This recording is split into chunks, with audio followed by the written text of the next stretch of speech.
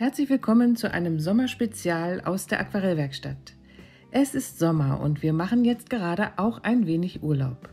Um euch die Wartezeit bis zum nächsten Video etwas zu verkürzen, laden wir hier in loser Folge ein paar Überraschungsvideos für euch hoch. Es handelt sich dabei um Zusammenschnitte einiger vergangener Live-Malabende. Falls ihr an so einem Live-Event demnächst auch einmal dabei sein wollt, schaut gerne in die Videobeschreibung. Dort findet ihr den Link zum Unterstützerbereich. Bei einer monatlichen Unterstützung unseres Kanals mit zum Beispiel 10 € bekommt ihr zusätzlich zu allen Skizzen und Fotos auch Zugang zu den monatlichen Livestreams. Dies sind Malabende hier auf YouTube, an denen wir zusammen malen und ihr im Chat auch Fragen stellen könnt. Bei Abschluss eines Unterstützerpakets, das übrigens ganz einfach monatlich kündbar oder wechselbar ist, bekommt ihr natürlich auch sofort Zugriff auf alle älteren Streams, so dass ihr den folgenden Zusammenschnitt auch in Echtzeit Pinselstrich für Pinselstrich sehen könnt. Nun aber erstmal viel Spaß mit diesem Film.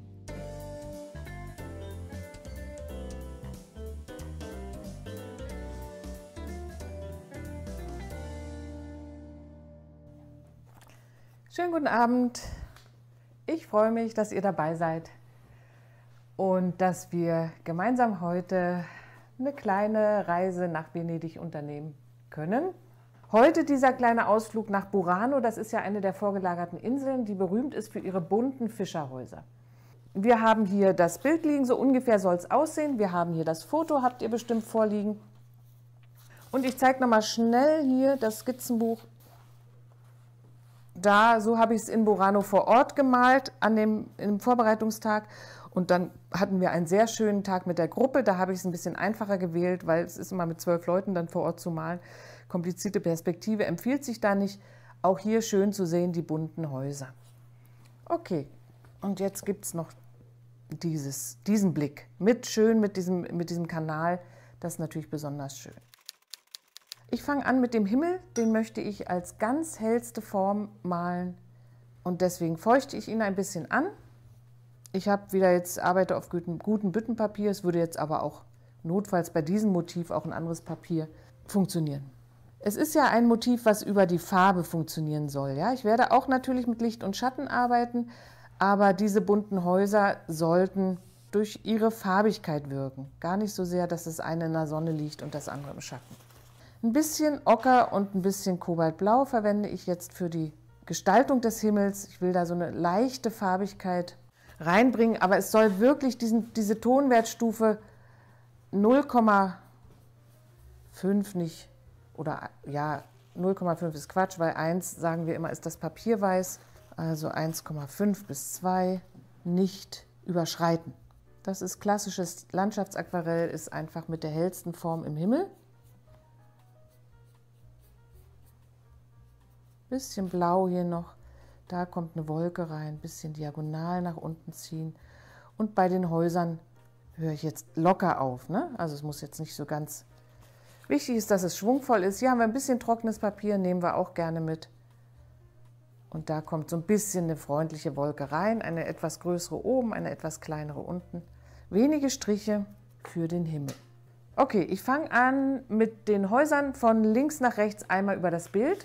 Und die sonnigen Bereiche der Häuser möchte ich schon final sozusagen jetzt arbeiten. Die werde ich ja nicht nochmal übermalen. Fenster lasse ich erstmal frei. Und alle schattigen Bereiche wie dies und hier auch werden dann später nochmal übermalt. Sienna gebrannt, ein bisschen Cadmiumrot habe ich noch nicht angesagt. Ein bisschen Cadmiumrot, das gibt so einen schönen dumpfen Dachziegelfarbe hier. Und jetzt male ich, der Himmel ist schon trocken, wenn er es nicht wäre, wäre es nicht so schlimm, dann blutet es oder blüht es ein bisschen rein. Das kann auch mal sehr schön aussehen. Locker versuche ich zu bleiben mit diesen angedeuteten Dächern hier und gehe jetzt schon sofort mit meiner Farbe weiter, weil ich manchmal hoffe, dass so ein Dach reinläuft. Hier kann es nicht reinlaufen, weil ich zwischendurch was Weißes habe. Das ist jetzt Ultramarinblau. Und ich variiere natürlich jetzt gleich, Ultramarin, ein bisschen Cyan. Also die Aufgabe wäre sowieso, das Bild dann noch 3-mal mit anderen Hausfarben zu malen und ein bisschen zu gucken, was passiert, wenn ich die Hausfarbe im Fokus noch ändere. Ja? Ich habe meine Hausfarben jetzt anders gewählt als im Foto, das werdet ihr gleich sehen. damit ich im Bildfokus, der sich hier irgendwo befindet, den größten Kontrast habe. So, jetzt muss ich mich einmal konzentrieren. Hier drunter muss ich freilassen. Die Figur lasse ich auch ein bisschen frei. Und dann gehe ich jetzt mit dem Blau bis an die Hauskante. Und hier möchte ich noch einen grünen Busch einfügen. Das heißt, ich mische hier in das Blau ein bisschen Gelb rein. Setze hier jetzt ganz weich eine kleine grüne Situation hin. Also da steht ein Topf nachher. So, weiter geht's mit einem roten Haus. Also hier wieder unter den Markisen mit der Hausfarbe weitermachen. Kann die Menschen nachher auch hier habe ich so eine kleine Kaffeehaussituation vorbereitet, die auf dem Foto, glaube ich, so einigermaßen auch gut zu sehen ist. Hier müssen wir noch ein bisschen weitermachen mit dem Blau. So, jetzt kommt das Haus hier. Und das habe ich in meinem ersten Bild orange gemacht. Da habe ich mir jetzt extra hier frisches Lasur-Orange reingegeben, weil ich glaube, dass dieses heftige Orange zu dem Violett, was danach kommt, spannender aussieht als das etwas blasse, was wir da auf dem Foto geboten kriegen. Dies hier ist ja die schattige Seite. Die wird nachher nochmal dunkel übermalt. Uiuiui, das leuchtet aber heute. Ich nehme ein ganz bisschen Sienna gebrannt mit rein, dann wird es nicht ganz so heftig. Ja, Fenster werden einfach hier ausgespart mit weißen Strichen. Viel mehr als ein Strich sieht man nicht, wenn es so seitlich, so stark perspektivisch verkürzt ist. Danke. Und die Markisen spare ich erstmal aus. So, jetzt haben wir noch ein zweites Haus, genau. Und da wäre es gar nicht schlecht, wenn wir ein fertiges Violett haben. Ich habe jetzt aber keins. Ich mische es mir selber aus Alizarin und Ultramarin. Es ist eben immer, wenn ich diese zwei Farben zusammenmische, ist es schon nicht mehr so strahlend leuchtend. Ja, zwei Pigmente zusammen ist nicht mehr so leuchtend wie eine Einpigmentfarbe. So, ich habe es jetzt relativ wässrig, dann wird es wahrscheinlich ein bisschen hier reinlaufen in das Orange. Ja. Soll es aber nicht so sehr, dann leuchtet das Orangenhaus nicht mehr so schön. So, hier wechsle ich ein bisschen die Farbigkeit, sonst ist es zugleich dem... Ich lasse mal eine kleine weiße Kante hier dazwischen. Ja, damit es nicht... Es läuft an ein paar Stellen jetzt rein, ist okay, aber es soll auch leuchten. Das Orange soll nachher leuchten. So, und dann haben wir das Haus, was nachher vom Schatten definiert wird. Ja, das ist die schattige Seite, weil die Sonne kam hier von dieser rechten Seite auf diese Häuser drauf und das liegt dann im Schatten. Das ist schön. Das ist das Dach hier oben, das muss ich gleich separat malen. Dann lasse ich nur frei die weißen Fensterrahmen, die geplanten Jalousien, die ich da noch erfinde, um das einfach die Fläche ein bisschen schöner zu gestalten, die setze ich später drauf. So, diesen Vorhang möchte ich nachher schön türkis malen, deswegen wird er ausgespart. Hier haben wir eine Tür, eine weiße. Also die Gefahr bei dem Motiv ist, dass man zu sehr jetzt schon ins Ausmalen kommt, über das Geländer der Brücke drüber, das wird nachher draufgesetzt und bei der Brücke aber aufhören. Machen wir hier gleich weiter mit dem Dach, wie gesagt, ich möchte immer eigentlich gern, dass es reinfließt. So, jetzt läuft das Dach hier ein bisschen rein, sowas liebe ich ja immer. Es nicht so ausgemalt aussieht. Da oben kommt noch ein kleines anderes Dach. Wir variieren schon mal wieder ein bisschen hier mit Blau. Das ist dieser Vorbau, den es da oben gibt. Da hinten war noch ein anderes Haus. Und da geht es weiter mit dem nächsten Dach. Und hier, glaube ich, kommt auch schon wieder ein Dach. So, und jetzt kommt dieser hintere Bereich. Und da möchte ich ja bunt bleiben. Ich werde aber die Farben jetzt alle ein bisschen abkühlen. Und ich möchte etwas sanfter mit den Farben jetzt arbeiten. Also ich möchte die hier weich aneinander schmiegen, sodass man gar nicht mehr sieht, man sieht zwar noch, dass verschiedene Häuser sind, aber sie laufen ineinander. Das ist jetzt rot, jetzt kommt ein bisschen türkis, da gab es auch mal so türkise Häuser. Auch eine Farbe, die wunderbar jetzt in die Entfernung zieht. Jetzt wieder ein bisschen ocker. Ja, also es ist alles wässrig und wird nicht mehr so genau gesagt, wo was hier endet. Das ist so der Trick für diese Entfernung. Das ist jetzt hier so eine Dachlandschaft. Da ist noch ein Dach und da, nur nicht zu gleichmäßig. Und dann kommt hier wieder ein bisschen Blau rein. Also kühlere Farben für den Hintergrund. Und so, möglichst so arbeiten, dass, ich weiß nicht, ob ihr es sehen könnt, hier verfließt es alles ineinander. Und erst wenn ich mich jetzt wieder nach vorne arbeite, wird es langsam wieder konkreter. So schön, wenn man hier seinen Assistenten sitzen hat, der ihm die Sätze vervollständigt. Ich hatte es, glaube ich, schon gelegentlich erwähnt, malen und reden ist schwierig. Für die Dächer nutze ich immer so eine Mischung, die variiert aus Rot, Sienna gebrannt und einem Hauch Blau, damit es diesen Terrakotta-Ziegelton bekommt, den italienischen.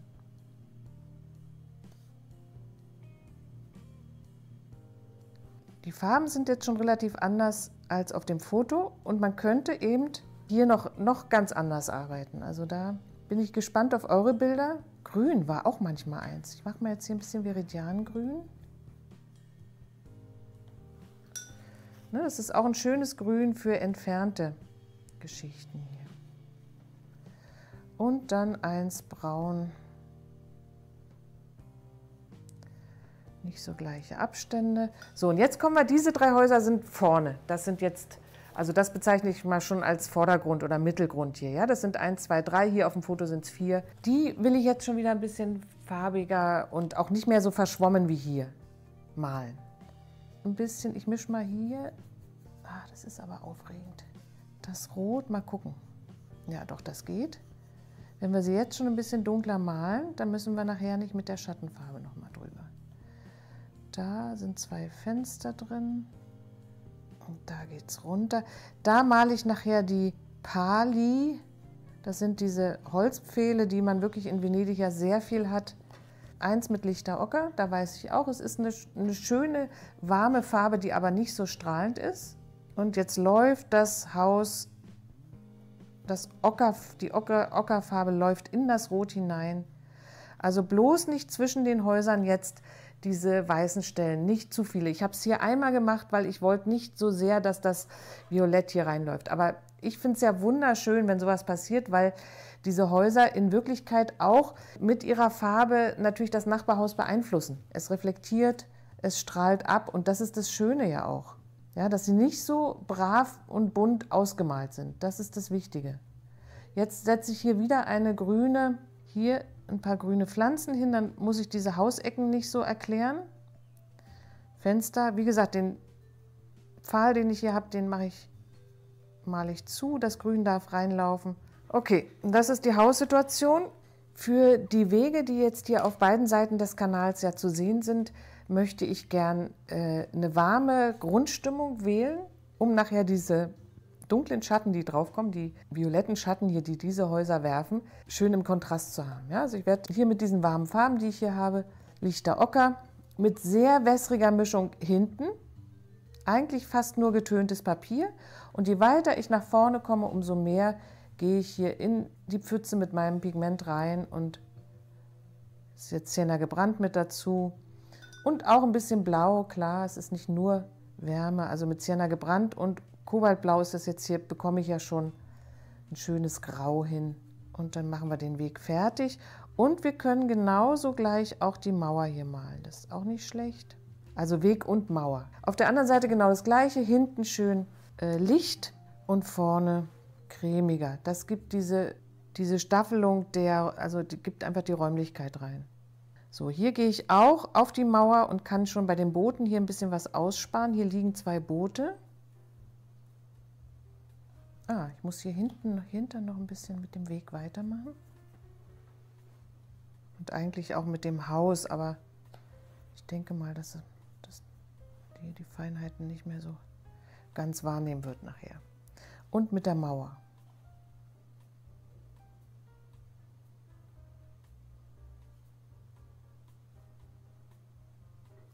So, die Brücke, da habe ich Folgendes vor. Ich möchte ja nachher später diesen Bereich mit dunkler Schattenfarbe übermalen. Das heißt, dieses Haus wird relativ dunkel im Bild sein. Also muss die Brücke für mich hier relativ hell gemalt werden. Und auf der Seite male ich die Brücke dunkler, weil sie vor hellen Häusern steht. Also ich plane jetzt schon dieses Schachbrettspiel wieder, etwas Helles gegen etwas Dunkles ausspielen und meinem Bild damit etwas Gutes tun.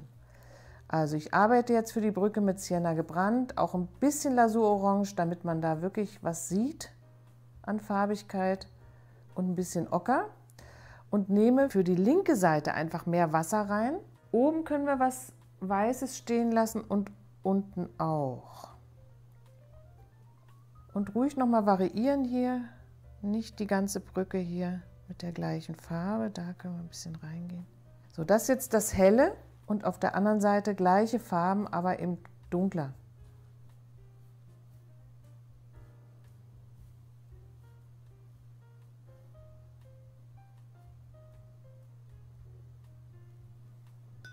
Dann gibt es hier noch eine kleine Untersicht. Also wir können da so ein bisschen diese untere Seite der Brücke sehen. Machen wir auch gleich mit Sienna gebrannt und Ultramarinblau. Ein bisschen Rot kriegen wir fast ein Schwarz hin.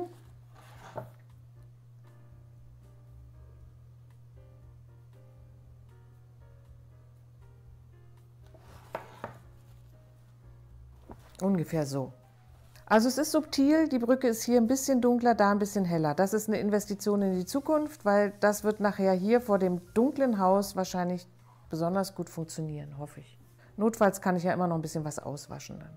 Okay, dann wären wir jetzt schon bereit für die erste Lasur auf dem Wasser. Also ich verwende für das Wasser die Farben separat, male ich die mal hier hin. Kobalttürkis Light, Ultramarinblau. Und jetzt kommt der Trick, ein bisschen lichter Ocker. Das gibt dieses ölige Grün, was dieses Wasser wirklich hat. Und dann tue ich manchmal noch ein bisschen dazu Alizarin Karmesin. Das weiß ich noch nicht, muss ich mal ausprobieren, ob das sinnvoll ist. So, jetzt versuche ich das mal zusammenzumischen zu einer schönen Lagunenfarbe. Und dann habe ich diese Farbe und die ist wirklich original das, was wir da sehen in den Kanälen. Und dann müssen wir das halt variieren und changieren. Also hier jetzt zum Beispiel jetzt ein bisschen mehr Kobalttürkis, also ist jetzt reines Kobalttürkis Light mit dazu. Ja, ich würde ja nicht die Farbe komplett ausmischen auf meiner Palette, sondern immer wieder neu anmischen. Boom, mit dem Rot, mit dem Rot. Das Rot kommt noch dazu, danke. Hier ist jetzt mit Rot. Ja, es wird grau und es wird, also alles zusammen ist halt eine schöne, ölige Wasserfläche. Hier ist vielleicht jetzt ein bisschen zu viel Türkis mit drin. Ich starte hinten mit ein bisschen Zylinblau. Es tut mir leid, Zylinblau kam jetzt überhaupt nicht vor in meiner Mischung. Aber ich nehme es hinten trotzdem, weil es ist einfach dann eine schöne, leuchtende Situation. Ja? Es ist jetzt nicht Bestandteil im Grunde genommen meiner Spezial-Lagunenmischung, aber es gibt einfach so ein schönes Leuchten hier rein. Ja? Und jetzt machen wir aber gleich weiter hier mit meiner Mischung. Kobalttürkis Light, Ultramarinblau. Und ich will wieder, dass es hinten hell ist. Ja? Es kommt eine Menge Spiegelung noch drauf nachher. Aber hinten soll es heller sein als vorne, grundsätzlich.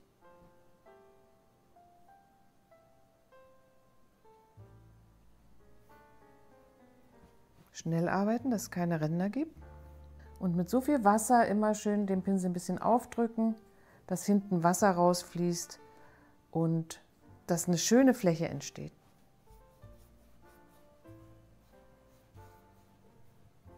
Es kommt dann noch eine Spiegelung drauf und in die Spiegelung könnte man dann auch ein paar Hausfarben noch mit einarbeiten, wenn man das möchte. Ich glaube, ich male jetzt noch, das schaffe ich noch, eben die Markisen einmal an. Bei dem Rot hier von der ersten Markise nehme ich auch Lasurorange mit rein, weil ich möchte warmes und kaltes Rot miteinander mischen. Gibt eine schöne Vibration, wenn schon rot, dann richtig heftig. Jetzt male ich so langsam vor mich hin die Fenster ein. Das ist sehr, sehr reduziert. Hier kann man es nochmal sehen in diesem Bild, so ähnlich werde ich es jetzt auch machen. Es sind nur Striche für die Dunkelheiten in den Fenstern, ab und an mal ein Fensterladen unten. Auch hier, diese Kaffeesituation deute ich ganz wenig nur an. Fangen wir mit den Menschen jetzt an. Köpfe mit Cadmiumrot. Hier sitzen zwei und eine läuft da lang. Ein Arm und unten der Rock wird rot.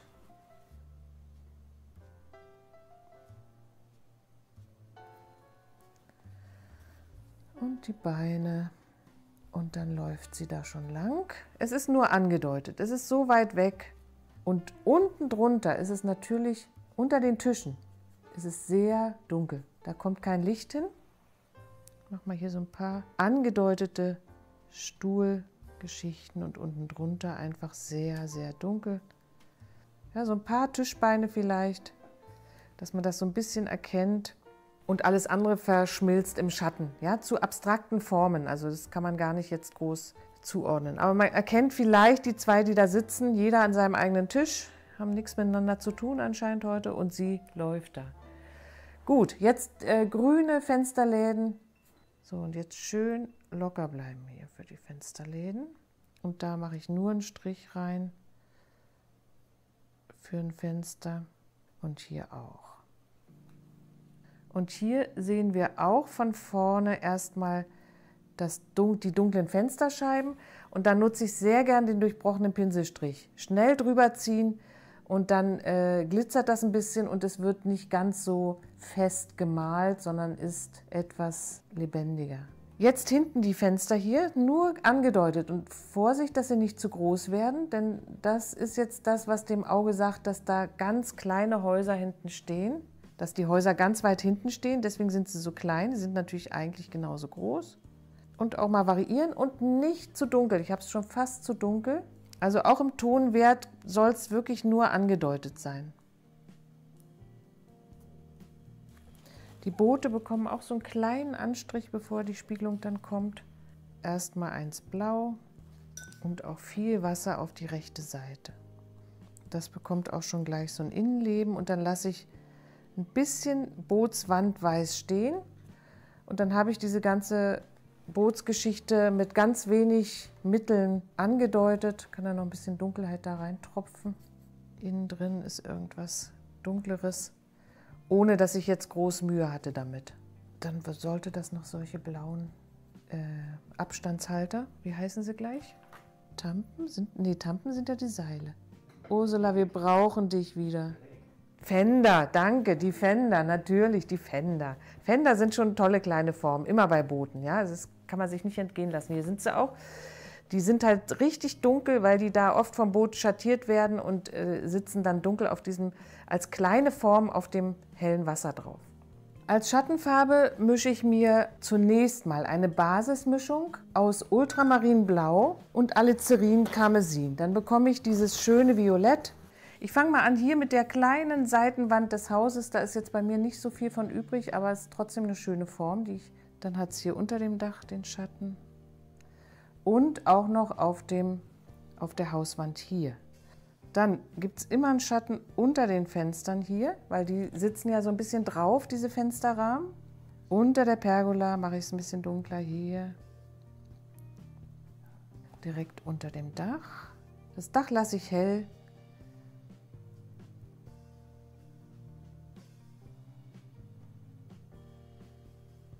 Und der Schornstein hat hier eine schattige Seite. Und das Haus hat auch... Oh, das hat gar keine Fenster, das Haus. Muss ich nachher noch Fenster eintragen?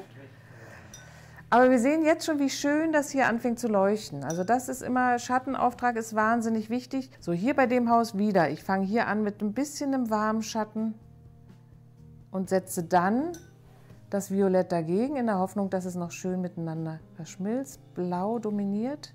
Und jetzt kommt es hier, so weh wie das tut, über das gesamte Haus. Unten sogar noch ein bisschen mehr, ist ja gebrannt mit rein. Nur den Vorhang, na doch, muss ich ja. Ich gehe drüber. Den lasse ich hier so ein bisschen aus dem Licht rauskommen. Da unter dem Vorhang haben wir auf alle Fälle noch Schatten. Hier setze ich schon mal so kleine Schattenlinien rein, wissen wir nicht so genau warum. Auch hier drunter, ja, um die Sache so ein bisschen zu verspielen. Und dann kommen jetzt male ich jetzt noch die Mauer hier. Und dann sehen wir schon, wie schön es jetzt auch auf dem Weg anfängt zu leuchten. Hier, obwohl es ja relativ grau ist, ist jetzt allein durch den Tonwert eben doch hier schon ein schönes Leuchten drauf. So, jetzt mache ich unbeirrt noch ein bisschen weiter mit meinen Schatten, aber ganz vorsichtig da hinten. Nicht zu viel.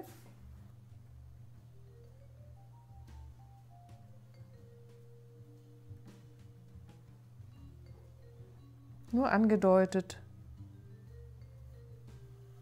Das ist jetzt wieder eine Hauswand, die so ein bisschen nach hinten weggeht. Das ockerfarbene Haus lasse ich so und dieses Haus hier vorne male ich noch mal ein bisschen dunkler, weil ich da gleich unten die violetten Schatten noch anfügen möchte. So, und jetzt mische ich mir die Straßenschatten wieder mit Ultramarinblau und Alizarin und ziehe mir hier direkt in das Haus versuche ich das zu verbinden mit dem Haus, dass man gar nicht ganz genau sieht. Hier kommt das zweite Haus. Diese Schatten können wir auf dem Foto, was ich da mitgeliefert habe, sehr schön erkennen. Ja, dann sind wir im Grunde schon bei der Spiegelung angekommen. Für die Spiegelung mische ich mir eine Grundlasur, also eine Grundfarbigkeit aus Cobalt Türkis Light und Neutraltinte. Das ist die Spiegelungsfarbe, die ich eigentlich immer zunächst mal als Basis verwende. Ja, wir gucken mal. Ich gehe hier in diese Schattenpfütze mit rein, weil das ist natürlich dann schön, wenn das harmonisch dann noch mal ein bisschen mit der Schattenfarbe abgemischt wird. Und dann haben wir hier die Neutraltinte und Cobalt Türkis Light. Und ein bisschen Blau nehme ich mit dazu. Genau, ich möchte es hier hinten heller haben. Also es gibt eine Spiegelung, eine kleine hier hinten. Und dann kommt es hier, wird es ein bisschen größer, meine Spiegelung. Und hier kommt die Brücke, die sich spiegelt. Das Boot wird ausgespart. Und dann fangen wir langsam an. Hier müssten wir natürlich schon ein bisschen größer werden durch das Haus, was hier ist. Ne? Fangen wir langsam an, hier nach vorne zu gehen mit der dunklen Farbigkeit der Spiegelung. Wichtig ist, so eine unregelmäßige Fläche hier zu haben, nicht zu gerade das alles zu machen. Und so ein paar kleine Linien hier auch zu setzen, um das ein bisschen zu verbinden. Hier so ein ganz bisschen Sienna gebrannt mit rein für dieses Haus. Rot ist immer sehr gefährlich, aber wir könnten vielleicht für das orangene Haus ein bisschen, weil das ist ja sehr hell von der Wirkung, ein bisschen darunter auswaschen. Vorsichtig, mit sehr trockenem Pinsel jetzt, weil sonst gibt es Blumenkohlränder. Dann sehen wir dieses Haus hier, was sich so ein bisschen extra spiegelt. Und dann gehe ich wieder in meine Spiegelungsmischung. Also dieses Reinaddieren von Farben ist ein bisschen gefährlich. Auch hier können wir super jetzt noch diesen extra Schlagschatten. Trocken muss es sein. Hier unter die Mauer setzen. Hier würden sich die Pali nachher spiegeln ein bisschen. Unter die Boote eine kleine extra Schatten hier, dann sitzt es schön. Okay, also so reicht es mir. Dann fehlen jetzt noch die Pfähle und das Brückengeländer. Also hier die rechte Seite ist ja relativ dunkel und da kann man jetzt natürlich wieder diese Spielerei hell gegen dunkel einsetzen. Das heißt, ich wasche jetzt hier diesen doch sehr dicken und prominenten Pfahl erstmal aus. Die sind immer so ein bisschen geneigt, also so ganz schräg, diese Pfähle. Das würde jetzt für uns nicht unbedingt heißen, dass wir es auch so malen müssen, aber es öffnet sich so. Ich finde es eigentlich für so ein Bild ganz schön, dass es zumindest nicht in die andere Richtung geht. Hier ist auch schön, dass es schon von alleine entsteht. Hier ist er heller als der Hintergrund und hier auf der Straße ist er jetzt schon durch die Farbe, die der Pinsel mitgeführt hat, dunkler, eine Spur dunkler als die Straße. Es reicht eigentlich schon, um das darzustellen. Jetzt das Geländer. So, wirklich nur mit einem Pinselhaar und unregelmäßige Striche und ein bisschen trockener Pinselstrich, wenn es irgend geht. Ein bisschen durchhängt. Also, dass es nicht jetzt so anfängt, so steif zu werden. Das fände ich total schade. Ist schon ganz schön steif bei mir, aber es geht noch. Dann haben wir hier die Pfosten, die könnte man auch heller malen, aber nicht zu viel. Es soll locker und leicht aussehen und auf keinen Fall mit Neutraltinte, sondern mit einem selbstgemischten Schwarz. So, und dann nur noch die Frage, was mache ich jetzt mit den Pali?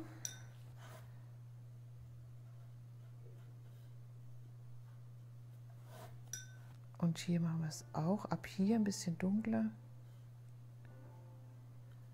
Und hier müssen wir eine kleine Spiegelung reinmachen, die spiegelverkehrt sozusagen aus dem Objekt hier im Wasser. Ja? Nicht in der gleichen Richtung, sondern leicht geknickt, weil er ist ja leicht schräg in einer anderen Richtung.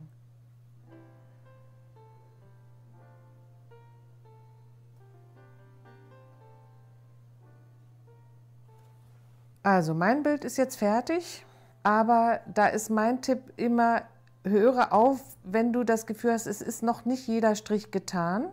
Stellst dir hin, guckst dir 3 Tage an und dann merkt man ganz häufig, ah ja, es ist doch schon fertig gewesen. Und wenn man diesen Moment verpasst und darüber hinaus arbeitet, wird das Bild nicht mehr besser, sondern es wird fester und verliert dann diese Frische, die es jetzt hat. Heute hatten wir ordentlich Spaß mit der Farbe, ich hoffe ihr auch. Und dann wünsche ich erstmal noch einen schönen Abend. Tschüss, bis bald.